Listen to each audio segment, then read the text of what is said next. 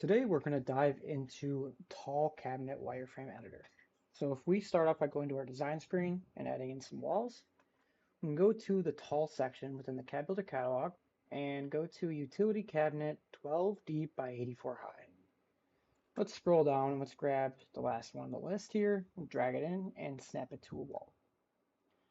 Now if we see we have that cabinet in there, we have the attribute screen here. Let's go ahead and hop into wireframe editor. So today we're going to start by removing this toe kick here. We're going to add some rollout trays in here. So let's start by going to the toe kick parts here on the left side at the bottom of the list. In toe type at the top, we're going to go and select none. So it's going to drop that cabinet right down to the floor.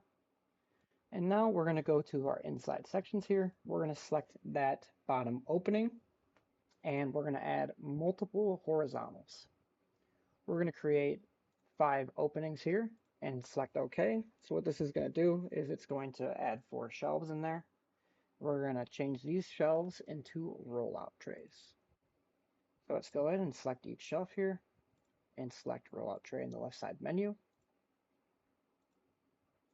And then we're going to make these rollout trays bump right up to the front of the face frame. So if you click on the rollout tray itself within inside sections, we're going to scroll down to adjustments, the front area, and we're going to change this over to 0 and hit return or enter. You can do the same thing for all the other shelves as well.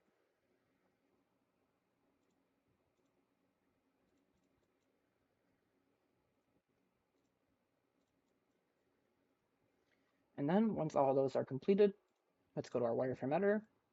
You can see we have those small rollout trays in there. And you can see if we open the doors here, those will slide out. We can get a brief preview of those. Now let's say you wanted the top cabinet here to be a glass door. So what we're going to do here is we're going to go into doors and drawers. We're going to go into the wall style door here and select this door. We're going to select door collections on the right side, and we're going to go to door templates. The bottom of the list here, you can see the MDF glass door and multi-panel door. We're going to select the MDF glass multi-panel and hit select. Now let's close those doors again, change over to solid, and you can see we have that tall utility cabinet with the glass doors on top, and when we open the doors, you can see those rollout trays. Now let's say we want to add a top to this. If we go into case parts here, right now it's saying we do not have a top. We can add a top, stretchers, web frame, or gussets. We're going to go ahead today and add a top in there and then save.